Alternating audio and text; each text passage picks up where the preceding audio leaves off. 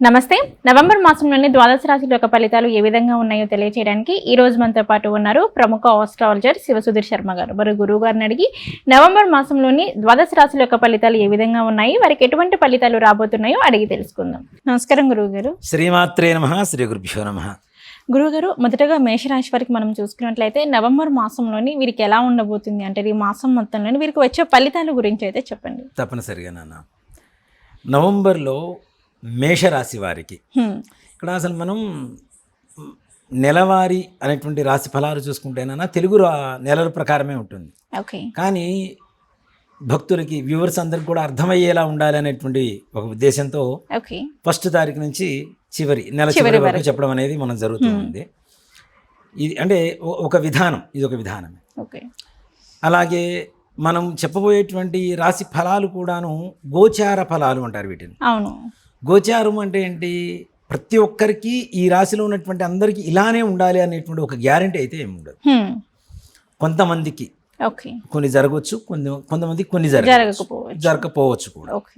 అలాగే ముఖ్యంగా ఒక 4 ఏళ్ల వాళ్ళు ఉంటారు మేషరాశిలో. ఈ సంవత్సరం వీళ్ళు పాస్ అవుతారు, ఎగ్జామ్ ఉత్తీర్ణులు అవుతారు ఉంటుంది. 4 ఏళ్ల వాళ్ళు కష్టపడి చదవాల్సినంత అవసరం లేదు. 70 ఏళ్ల వాళ్ళు ఉంటారు, వాళ్ళు కష్టపడి చదవాల్సిన అవసరం లేదు. అలానే అంటే ఎవరికి ఏదైతే ఆపాదిస్తుంటుందో అవి మాత్రమే మనం తీసుకోవాల్సినటువంటి పరిస్థితి. అలాగే వ్యక్తిగత జాతకం అనేటువంటిది తప్పనిసరిగా చూడాల్సిందే నాన్న, దాని మించింది లేదు. ఈ గోచార ఫలితాలు కొంత మేరకు మాత్రం తప్పనిసరిగా ఫలితాన్ని మనకు గోచరిస్తూ ఉంటాయి.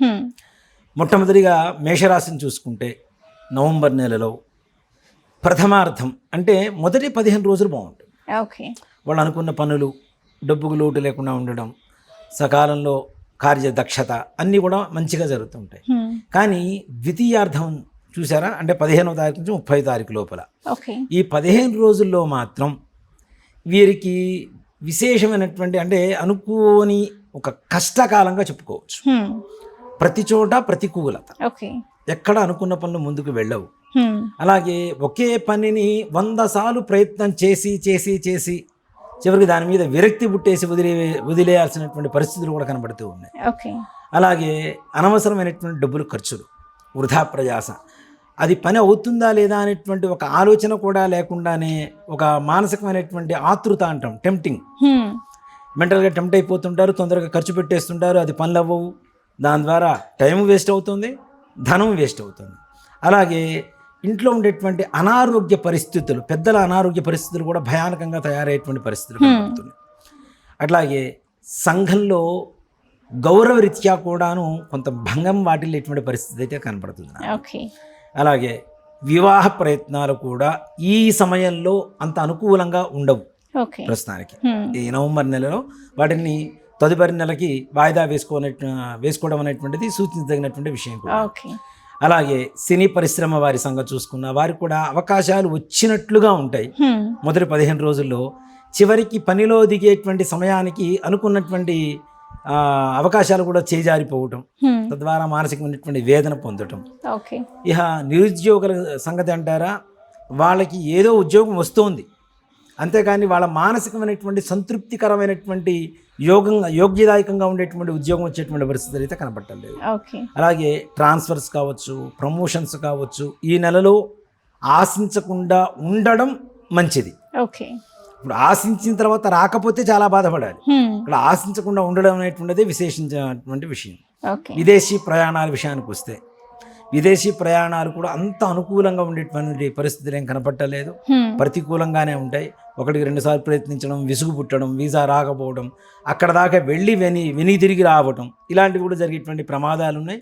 తద్వారా ఏదైనా ఒక పని అనుకున్న తర్వాత అవ్వకపోతే మనం మానసికంగా చాలా బాధపడిపోతుంటాం, ఇంత కష్టపడ్డాం కదా, ఆ ఫలితం వస్తే బాగుండేది అని. అలాంటి పరిస్థితులు, నిరాశాజనకంగా ఉండేటువంటి పరిస్థితులు ఎక్కువగా కనపడుతూ ఉంటాయి. రాజకీయ నాయకుల వ్యవహారానికి వస్తే వీరికి ఈ నెలలో మేషరాశి వారికి అసలు పదవి ఉంటుందా ఊడుతుందా అనేటువంటి గడ్డుకాలంగా చెప్పుకోవచ్చు. విద్యార్థులు కూడా అధికంగా కష్టపడాలి. నిజంగా మాట చెప్పండి, ఇక్కడ కష్టపడటం అనేది తీసి పక్కన పెడితే ఇష్టపడి చదివితే కొంత మేరకు ఉత్తీర్ణులు అయ్యేటువంటి అవకాశాలు సంపూర్ణంగా కనబడుతుంది. అలాగే ఇక రైతుల విషయానికి వస్తే వీళ్ళకు కూడా కొంత కష్టకాలం తప్పదని చెప్పుకోవాలి. వీళ్ళు పండించినటువంటి పంటకు కూడా తగిన గుర్తింపు రాకపోవటం, తగిన ధరలు రాకపోవటం, తద్వారా రైతులకు కూడా కొంతమేరకు మానసికమైనటువంటి బాధ, అప్పుల బాధలు ముఖ్యంగా. అంతేకాకుండా ఈ నెలలో వీళ్ళు ఎవరికైనా అప్పులు ఇచ్చినా వెనక్కి తిరిగి రావు. వీళ్ళు తీసుకున్నటువంటి అప్పులు కూడా తీర్చడం చాలా కష్టతరం అవుతుంది. ఓకే. అలాంటి పరిస్థితుల్లోనే ఈ మేషరాశి వాళ్ళందరికీ కూడాను ఈ నవంబర్ మాసంలో చాలా గడ్డు కాలంగా ఉంది. ఓకే. ముఖ్యంగా ఈ మేషరాశి వాళ్ళు ఈ నెలలో బృహస్పతి అంటే గురుడు అంటాం నాన్న, ఈ గురుగ్రహానికి సంబంధించినటువంటి శనగలు ఉంటాయి మనకి. ఈ శనగలు అంటే ఏదో హైబ్రిడ్ శనగలు కాకుండా మనకి నాటు శనగలను అమ్ముతుంటారు చక్కగా షాప్స్లో. అవి తీసుకొచ్చి చక్కగా గురువారం ఉడకబెట్టి వాటిని పోపు వేసి చక్కగా ముష్టి వాళ్ళకి పంచిపెడుతూ, దాంతోపాటు రూపాయో 2 రూపాయలు కాయిన్స్ దక్షిణగా ఇస్తూ వాళ్ళకి ఇచ్చిన తర్వాత కాళ్ళు కడుక్కొని దేవాలయ దర్శనం చేసుకొని, ముఖ్యంగా దత్తాత్రేయ స్వామివారు, రాఘవేంద్ర స్వామి వారి దేవాలయాల దర్శనం, ఆ స్వామివార్ల సేవ అంటే అర్చన కావచ్చు, పూజ కావచ్చు, ఏదైనా సరే చేయించుకోవడం, స్వామివారి అనుగ్రహం పొందితే కొంతమేరకు వీళ్ళకు ఉండేటువంటి కష్టాలు తీరేటువంటి అవకాశం సంపూర్ణంగా కలుగుతుంది. ఓకే గురుగారు, మేషరాశి వారికి వచ్చేసి నవంబర్ మాసంలోని వీరికి ఎటువంటి ఫలితాలు రాబోతున్నాయి, అలాగే ఏంటంటే ఈ మాసంలోని వీరు ఎటువంటి పరిహారం చేసుకుంటే వీరికి బాగుంటుంది అనే వాటి గురించి అయితే చెప్పారు. నమస్కారం గురు. శ్రీమాత్రే నమః. శ్రీ గురుభ్యో నమః.